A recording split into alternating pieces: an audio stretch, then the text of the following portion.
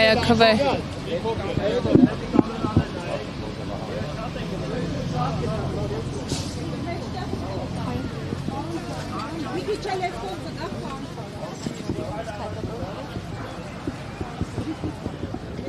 Կոռուպցիոն կոմիտեն հերթական հաղորդագրությունը տարածեց, որով տեղեկացնում էր, որ հերթական ուժեղ Հայաստանի հետ կապվող կոռուպցիոն գործարքն է բացահայտվել, այս անգամ արդեն Ռուսաստանի Դաշնությունում Օրենբուրգ քաղաքում բնակվող գործարարի կողմից, որը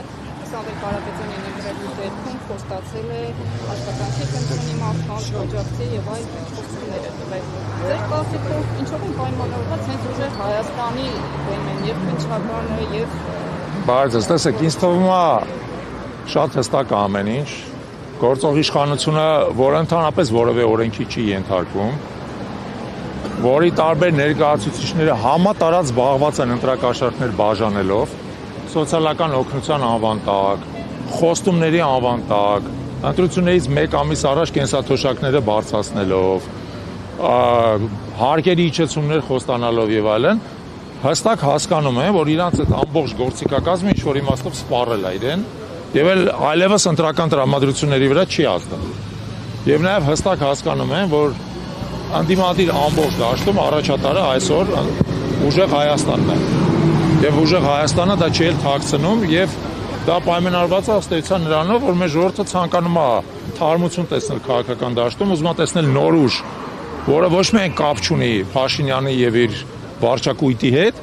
այլև կապ չունի նախկին իշխանությունների հետ եւ պատրաստ է նոր մոտեցումներ բերել, նոր պատասխանատվություն ստանձնել։ Դրա համար էլ նրանք թողել են արդեն Ռոբերտ Քոչարյանին, Գագիկ Ծառուկյանին, Սերժ Սարգսյանին, Լևոն Տեր-Պետրոսյանին եւ ամբողջ իրենց քարոզչական եւ ադմինիստրատիվ ռեսուրսը ուղղել են ուժեղ Հայաստանի դեմ։ Դա զարմանալի չի, որովհետեւ հասկանում են իրանց համար իրական վտանգը որտեղից է գալիս եւ փորձելու են բնականաբար այս մնացած 4 շաբաթների ընթացքում հնարավոր ցանկացած հնարավոր եւ անհնարին բան անելով, որպեսզի ուժեղ Հայաստանի հաղթանակի շանսերը նվազեցնեն։ Կարծում եմ իրանք կձախողվեն, որովհետեւ այդ ամեն ինչը այլևս արդյունք չի տալիս։ Երեք հերթական սոցհարցումներն են հրապարակվելու,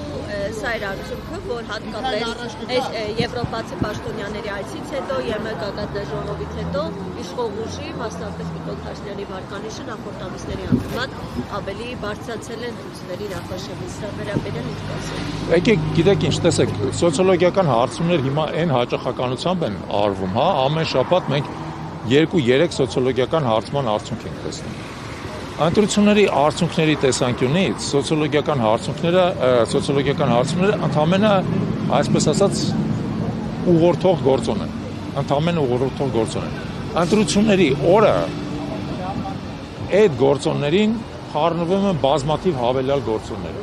Ընտրողներից ով է գալի ընտրության, ի վերջո վերջի պահին ինչ ընտրություն է կատարում, իր խղճի առաջ ինչ պատասխան է տալիս եւ այլն։ Դա համար եկեք վերաբերվենք բոլոր այդ սոցիոլոգիական հարցումներին որպես ընդհանուր, այսպես ասած, ֆոն, հաշվի առնենք հետեւյալը, որ ոչ մի սոցիոլոգիական հարցում եւ ոչ մի սոցիոլոգիական հարցում գործող իշխանությանը բացահայտ առավելություն չի տալիս, անդիմադիր դաշտը միասին վերցած ավելի շատ աջակցություն ունի, քան թե գործող իշխանությունը, ցանկացած պրակտիկորեն սոցիոլոգիական հարցման մեջ, ուստի մեր հիմնական խնդիրը լինելու է նա, որ մենք անդիմադիր ընտրողին կարողանանք բերել ընտրության մեկ եւ իրան համոզենք, որպեսզի ինքը ընտրի անդիմադիր դաշտի առաջատար ուժին, որովհետեւ ամենակարևորը նրանում է, որ անդիմադիր դաշտը, որը առնվազն 70% է կազմում Հայաստանում, ինքը գա ընտրության եւ իր ձայները չփոշյանան։ Եթե մենք այդ երկուսը կարողանանք ապահովել, հաղթանակը երաշխավորված է։ Հիմա վերադառնալով ձեր հարցին, ինչպես ենք անելու։ Տեսեք, իշխանությունը վերահսկում է հանրային հաղորդակցության կարևորագույն խողովակները։ Առաջին հերթին հանրային հեռուստատեսությունը։ Հանրային հեռուստատեսության միջոցով վերջի 5 տարիների ընթացքում նա ամենօրյա ռեժիմով սուտ, կեղծիք եւ ատելություն է տարածել։ Ամենօրյա ռեժիմով եւ շարունակում է տարածել։ Եվ ցավոք, մեր հասարակության այն մասը, որը ինֆորմացիան ստանում է հանրային հեռուստատեսությունից, ենթարկվել է այդ ազդեցությանը, այդ տոքսիկ թունավորող ազդեցությանը։ Մենք միակ ձևը այդ մարդկանց հասնելու դա ֆիզիկական կոնտակտն է։ Տեսեք, ես այսօր խոսում եմ, տեսնում եմ առնվազն 20 տեսախցիկ է, չէ՞ նկարում, բայց այդ 20 տեսախցիկից եւ ոչ մեկի նկարածը հասարակության այն մասը, որը մեկ է նայում, չի տեսնելու։ Դրա համար միակ ձևը իրանց կարծիքի վրա ազդելու դա նրանում է, որ մենք գնանք իր դուռը ծեծենք, մտնենք, բարևենք, ներողություն խնդրենք, որ իր անդորը խախտում ենք, եւ այդ մարդու հետ խոսանք, անմիջական խոսանք։ Այդպես արդեն սկսել ենք անել, եւ այս վերջի 4 շաբաթները պետք է առավելագույնս օգտագործենք, որպեսզի այո, ամեն հայ մարդու տուն մտնենք եւ իրան ասենք հետեւյալը. եթե դու ընտրում ես Փաշինյանին, դու ընտրում ես Էրդողանին եւ Ալիևին, որովհետեւ Փաշինյանը այսօր դարձել է Էրդողանի եւ Ալիևի բացահայտ ծառան ու կամակատարը։ Դու ընտրում ես 300,000 ադրբեջանցիների Հայաստանում բնակվելը։ Դու ընտրում ես Սյունիքի հանձնումը Ադրբեջանին։ Դու ընտրում ես հայկական եկեղեցիների ավերումը, դու ընտրում ես հայ առաքելական եկեղեցու որպես կառույցի ավերումը։ Դու ընտրում ես մի Հայաստան, որում քո երեխաները չեն ուզենալու ապրել։ Մի խափնվի այն ասֆալտին, որը Փաշինյանը բերել է քո դուռը։ Այդ ասֆալտը վաղը մյուս օրը քանդվելու է, մանավանդ որ անորակ ասֆալտ է։ Հիշի, որ մենք 3000-ամյա ազգ ենք եւ դեռ 3000 եւ ավել 1000 տարիներ պետք է ապրենք։ Մեր ազգի ապական մի զոհի քո դռան դեմի ասֆալտի։ Ապացույցում է, որ 300,000 ադրբեջանցի Հայաստան գալու, որովհետեւ այդ տեղեկությունը ամեն կերպ հերքվել է։ Այդ տեղեկությունը Ալիևի կողմից չի հերքվել։ Տեսնում եմ, որ դուք Սիվիկից եք։ Ես վստահ եմ, քանի որ Ալիևը ամեն ինչ ասում է Փաշինյանի հետ համաձայնեցնելուց հետո,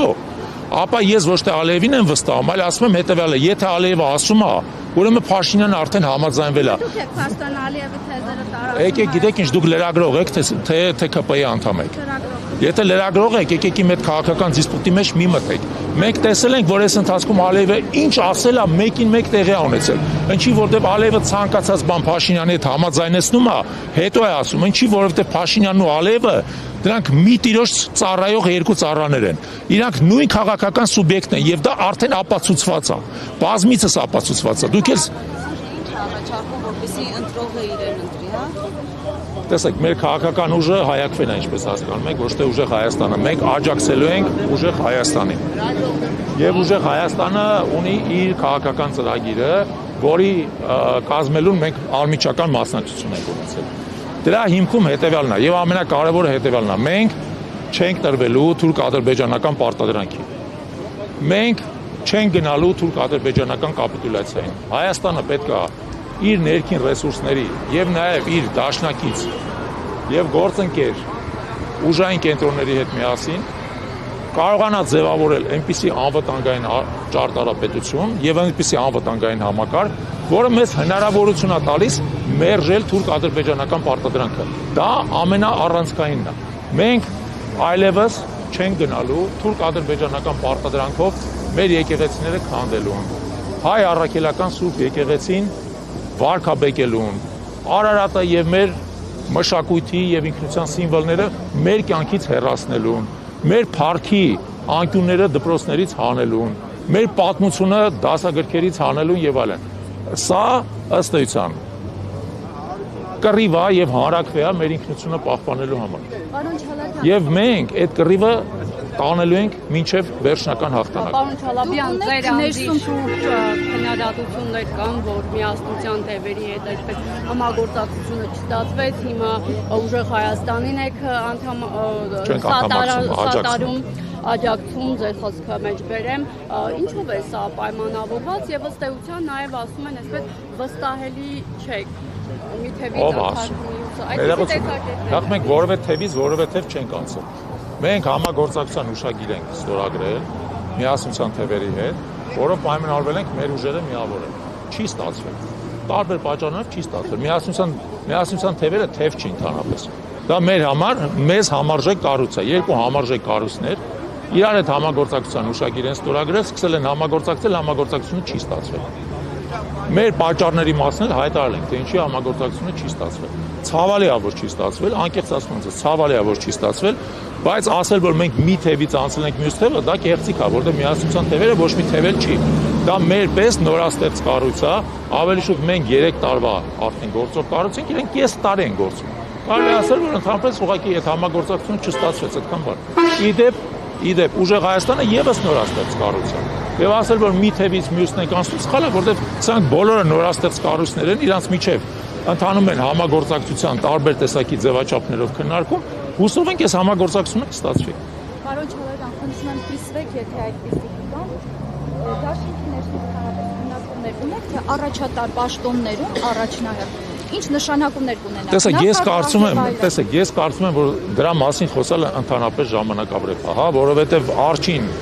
չորսած իրակաշին չեն բաժանում իրար մեջ։ Ես ընդհանրապես որևէ այդպիսի քննարկման չեմ մասնակցել եւ չեմ տեսնում դրա անհրաժեշտությունը այս բանը, որովհետև առաջնահերթ խնդիրը ըստ էության իշխանափոխությունը իրականացնելն է։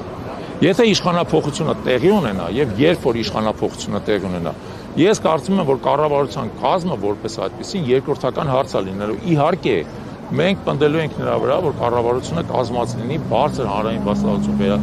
վայելող մասնագետ պրոֆեսիոնալ մարդկանցից եւ Հայ-Ակվեն իր ներսում ունի այդպիսի մարդիկ։ Իհարկե չենք հավակնում ամբողջ կառավարության կազմը մեզանով լրացնելու, բայց մենք մեր ներսում եղած պրոֆեսիոնալներին բնականաբար կառաջարկենք։ Բայց իմ կարծիքով հիմա դրա մասին հաստատ պետք չի մտածել։ Հակառակը պետք է։ Հնարավոր է, որ այդպիսի քննարկումները արդեն։ Չէ, դեռևս չեն սկսել, նորից եմ ասում։ Եվ ես կարծում եմ, որ այդ քննարկումների ժամանակը կգա այն ժամանակ, երբ որ մենք ձեր հետ միասին այդ հաղթանակը տանենք։ Պարոն Չալոյան, արդեն որոշում կա, ասում եք, եթե իշխանափոխություն լինի, եթե չլինի, գնալու։ Եկեք սենց էլի, եկեք բոլորս տրամադրվենք նրան, որ իշխանափոխությունը լինելու է։ Նախապես դեռևս որոշում կայացված չէ, կմտնում եք որպես պրոգրամատոր, Նորից ձեզ ասեմ էլի, տեսեք, հիշեք հետևյալը, Հայ-Ակվեն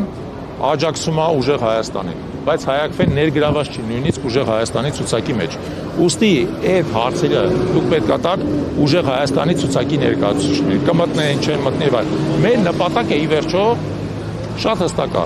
հասնել իշխանափոխության եւ ձևավորել ազգային իշխանություն, ոչ թե թուրք-ադրբեջանական հպատակ իշխանություն ունենալ եւս երրորդ անգամ արդեն։ Մեր նպատակը դա է։ Այդ իշխանության ներսում, թե նախարարական պաշտոնները ովքեր կզբաղացնեն, կարևոր հարց է, բայց ամենակարևորը չի։ Լավ, շնորհակալ եմ բոլորիդ։